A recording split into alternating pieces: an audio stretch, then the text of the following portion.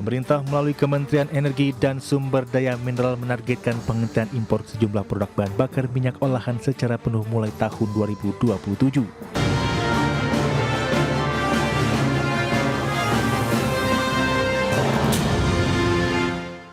Ya, pemerintah berencana untuk menghentikan impor sejumlah produk bahan bakar minyak olahan mulai tahun 2027 mendatang, di mana rencana tersebut sejalan dengan target penguatan kedaulatan energi nasional. Pemerintah melalui Kementerian Energi dan Sumber Daya Mineral menargetkan penghentian impor sejumlah produk bahan bakar minyak olahan secara penuh mulai tahun 2027. Langkah strategis ini mengandalkan optimalisasi kapasitas kilang dalam negeri serta pelolosan mandatori bahan bakar nabati untuk memperkuat kedaulatan energi nasional. Menteri Energi dan Sumber Daya Mineral Bahlil Lahadalia menegaskan 3 jenis bahan bakar utama yakni bensin, solar, dan aftur diproyeksikan tidak lagi didatangkan dari luar negeri dalam 3 tahun ke depan. Hal itu sejalan dengan fokus pemerintah yang akan bergeser dari semula mengimpor produk jadi menjadi hanya mengimpor minyak mentah untuk diolah di kilang domestik. Kemudian untuk 2026 ini juga telah kita merancang untuk 2027 tidak lagi kita melakukan impor bensin yang Iron 92, 93, 95. 92, 95, 98. Nah, ini kita akan selesaikan nanti di akhir 2027. Supaya apa?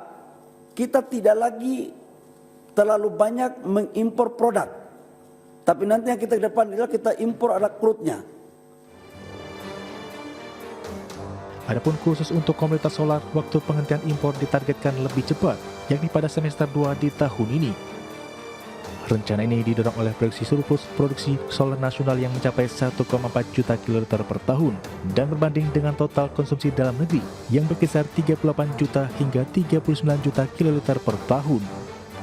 Bahlil menjelaskan penghentian impor dimulai awal tahun ini dari solar yang disubsidi pemerintah yakni jenis CN48.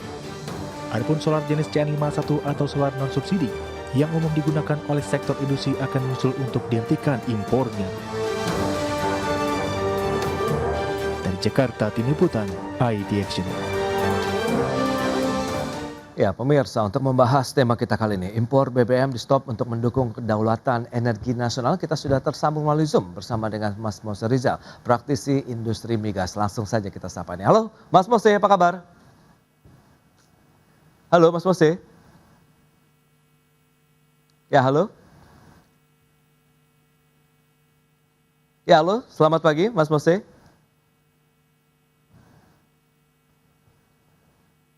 Halo. Ya, selamat pagi, Mas Mose. Selamat pagi, Mas Pras. Ya, apa kabar, Mas? Baik. Baik, terima kasih atas waktu yang disempatkan. Ini menarik, tadi sudah disampaikan begitu ada wacana dari pemerintah untuk menyetop impor BBM begitu. Dari kacamata praktisi industri migas sendiri, seperti apa sih melihat begitu adanya rencana program pemerintah juga untuk swasembada energi nasional begitu, Mas Mose? Yang jelas kami menyambut baik karena dari sisi multiplier effect untuk pembangunan kilang, misalkan produksi di dalam negeri itu banyak sekali untuk benefit bagi Indonesia. Selain dari kita mengurangi impor ya. Oke. Jadi kami menyambut sangat baik. Cuma kita juga perlu detailnya seperti apa nih ya. Ada misalkan diesel untuk BBM lainnya, itu seperti apa rencana pemerintah ini bagaimana gitu. Itu yang kita perlu lihat secara detail apa yang akan rencana program apa yang dilakukan pemerintah. Memang sudah kita lihat di beberapa berita dari sisi biodiesel misalkan ada mau peningkatan dari B30 sekarang menjadi B50 misalkan. Bisa saja, cuma rencananya seperti apa nih? Oke. Kan ada pembangunan kilang juga untuk konversi menjadi biodiesel. Ya. Di satu sisi juga ada misalkan mandatori katanya Menteri bilang 10% sampai 20% etanol. Nah ini justru kita sangat khawatir kalau memang rencananya seperti itu. Kenapa? Karena ada concern-concern dari sisi lingkungan, dari sisi emisi dan lainnya itu sangat bisa justru mengurangi dari sisi manfaatnya gitu. Nah, itu mesti paham. Nah, di satu sisi Pak Menteri juga bilang akan membangun kilang, Ya. kilang minyak baru. Nah ini memang harus perlu didukung. Sejak dari 2014 itu kami dengan partner investasi dari luar itu memang sudah menyatakan minat kita dan kita juga sudah berpartisipasi dengan untuk berminat untuk membangun kilang bersama misalkan kayak Mina atau rekan swasta gitu. Tapi ujung-ujungnya justru tidak ada gitu kan. Akhirnya kayak RDP berikutnya itu akan dibangun sendiri oleh China dengan biaya dari Pertamina sendiri. Itu menurut saya sangat disayangkan. Kenapa? Karena kilang minyak ini memang kompleksitasnya tinggi. Kalau Oke. dari sisi di Indonesia, NCI indeksnya itu sekitar 9 sampai 10, 9. Jadi resiko itu tinggi. Nah, saya sarankan untuk pembangunan kilang di Indonesia, kalau memang misalnya jual, terus ada partner equity gitu. Partner investasi yang masuk sebagai equity, nggak cuma hanya pinjaman saja. Nah, ini yang harus dipertimbangkan oleh pemerintah gitu. Nah, ini yang kita mesti tekankan ke pemerintah untuk bisa mendorong lagi pembangunan kilang dan produksi dalam negeri. Mas Mose, berarti dengan beberapa tantangan tadi terkait dengan ketersediaan kilang ya, kemudian teknologi pengolahannya sendiri, menurut Anda dengan rentang waktu begitu untuk kita melakukan upaya stop BBM nanti rencana ini, apakah cukup aman begitu untuk bisa menyokong produksi di dalam negeri apabila memang upaya menyetop BBM ini benar-benar dilakukan begitu Mas Mose? Ya, jadi kita harus mesti balik lagi BBM yang mana nih? Kalau diesel memang sudah direction-nya, arahnya sudah bagus. Satu adalah di Papua kemarin diresmikan oleh Presiden untuk menambah kapasitas kilang kita sekitar 100.000 barrel, which is bagus. Di satu sisi juga katanya produksi CPO untuk biodiesel ditingkatkan juga, which is bagus juga. Walaupun di situ ada concern deforestasi karena sawit ya, itu juga harus ditimbangkan. Nah, kalau dari sisi BBM yang lainnya, nah ini kita juga harus mesti perhatikan seperti apa, kayak misalkan etanol. Kita taruhlah etanol. Etanol itu kapasitas produksi di Indonesia itu hanya 40.000 kiloliter tahunnya. Sedangkan kalau kita membutuhkan 10 sampai 20, apalagi 20%, itu luar biasa peningkatan. Kita butuh puluhan juta, misalnya hampir ratusan juta gitu. Ya itu dari mana? Ujung-ujungnya kan kalau untuk memenuhi dalam jangka pendek harus impor. Jadi pengalihan impor dong gitu kan. Kalau di satu sisi kalau kita mau bangun produksi misalkan di Indonesia itu kan harus membutuhkan nggak cuma hanya kilangnya saja, tapi membutuhkan lahannya juga untuk tebunya, untuk jagungnya misalnya, untuk jagung. Nah ini ada concern tambahan di mana ada isu deforestasi. Dari sisi emisi itu juga tidak begitu optimal sebenarnya mengurangi emisi karena biofuels dari etanol itu tidak bisa masuk ke dalam NDC Indonesia. Ini jadi concern, nah, terus buat apa gitu. Nah makanya yang kita dukung adalah bagaimana kita meningkatkan kapasitas kilang minyak sekarang. Sekarang kilang-kilang minyak kita ini yang paling muda selain dari EDNP itu 10 tahun. Kita ada kilang yang udah lebih 100 tahun. Nah ini butuh kilang-kilang baru memang untuk produksi dalam negeri. Nah ini yang harus tadi ada concern-concern dari sisi investasi dan lain sebagainya, itu juga perlu diperhatikan untuk kita memboost produksi dalam negeri. Oke, nah ini menarik. Proyek Refinery Development Master Plan atau RDMP ini kan juga terus berjalan Mas Mose. Nah apakah nanti akan bisa meningkatkan kapasitas kilang saat ini juga nantinya begitu selaras dengan laju pertumbuhan konsumsi BBM juga di dalam negeri? Kita akan bahas nanti di segmen berikutnya Mas Mose, kita akan jeda dulu sebentar ya. Dan pemirsa, kami akan segera kembali usai pariwara berikut ini. Ya, terima kasih Anda masih bergabung bersama kami dalam Market Review dan kita akan lanjutkan kembali perbincangan menarik ini bersama dengan Mas Mose Rizal. Beliau adalah praktisi industri migas. Nah, ini menarik. Kalau kita cermati dari sisi tadi, proyek Refinery Development Master Plan yang masih terus berjalan. Nah, dari pengamatan Mas Mose sendiri, apakah peningkatan kapasitas kilang kita saat ini sudah selaras juga dengan laju pertumbuhan konsumsi BBM di dalam negeri atau ini perlu kita kejar lebih kuat lagi begitu Mas Mose? Ya memang saya tahu banyak mengenai kilang minyak karena investor kita yaitu perusahaan dari Eropa memang ikut partisipasi dalam itu yang berminat untuk investasi di kilang-kilang minyak kayak Balikpapan, Dumai dan Batu Ban petrokimia. Nah itu makanya kita tahu detail-detailnya dan lain sebagainya. Cuma memang saya tidak bisa terbuka di sini. Dari sisi memang kalau saya sebagai warga Indonesia ya kita selalu mendorong pun yang bisa kita produksi di dalam negeri. Ini kan termasuk programnya hilirisasi, ya kan, hilirisasi dari industri migas. Jadi memang bagus sekali dan memang harus ditingkatkan. Cuma dari sejak lebih dari 10 tahun yang lalu kita berminat investasi, itu susah sekali ini pembangunan kilang-kilang baru ini. Nah, investor satu mundur, Rosneft, terus ya, terus ada Mubadala, dan lain sebagainya, termasuk ini juga akhirnya. Jadi itu yang kita khawatirkan dari sisi Indonesia kebutuhannya kita butuh, dan ini penting bagi industri dalam negeri. Kenapa? Karena dengan kita membangun kilang minyak di dalam negeri, multiplier efeknya itu luar biasa dari sisi misalkan karyawan ya, peningkatan tenaga kerja di Indonesia. Terus juga industri-industri pendukungnya juga itu bisa memanfaatkan kilang-kilang minyak baru ya, karena itu luar biasa multiplier efeknya. Memang selalu kita dorong untuk bagaimana kita membangun kilang minyak di Indonesia ya. Mas Mose, Terlepas dari yang tadi B20, etanol dan lain sebagainya. Nah, tadi Anda sempat menyebutkan begitu ya, ada beberapa perusahaan ataupun investasi yang mundur begitu. Ini lebih di mana sih kendalanya begitu? Bottleneckingnya di bagian yang mana yang harus segera dipecahkan misalnya? Kalau saya ya dari pengalaman kami kita bottleneck itu ada di B2B-nya sebenarnya.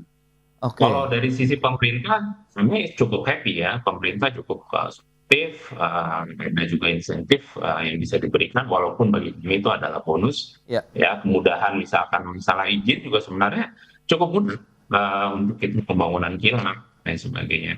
Nah ada sisi masalah sosial, masalah misalnya sisi lahan dan lain sebagainya, itu memang masalah yang selalu ada ya. Tapi dari sisi support dari pemerintah kami terus terang cukup bagus. Yang jadi masalah kemungkinan adalah dari sisi B2B-nya.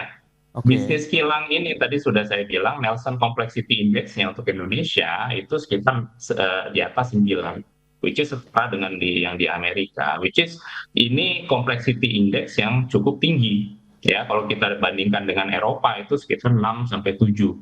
Ya, di Middle East itu 3 sampai 4. Nah, ini cukup tinggi. Nah, cukup tinggi itu berarti apa? Resikonya juga jadi tinggi bagi investor. Ya, jadi hal-hal yang sepele dari sisi B2B agreement itu bisa membatalkan sebuah minat. Ya, nah, itu yang perlu diperhatikan oleh pemerintah. Jadi kita harus benar-benar kayak misalnya harus bisa lebih fleksibel lagi, lebih legowo istilahnya. Ya, untuk kita bisa sama-sama menggandeng investor. Kenapa? Karena resikonya cukup tinggi. Tidak hanya resiko pada saat ini sudah berjalan ya, maksudnya produksi sudah berjalan, tapi resiko di sebelumnya ya sudah cukup tinggi. Contohnya misalkan kilang Balikpapan itu kan delay berapa tahun, ya cost overrun-nya juga cukup tinggi. Gitu. Jadi itu yang menjadi kendala di kilang-kilang minyak. Karena risiko dari sisi pembangunannya dan juga dari sisi produksinya juga memang cukup tinggi. Dan IRR-nya juga cukup rendah, bisa dibilang. ya kilang-kilang kita itu rata-rata di bawah 10% IRR-nya.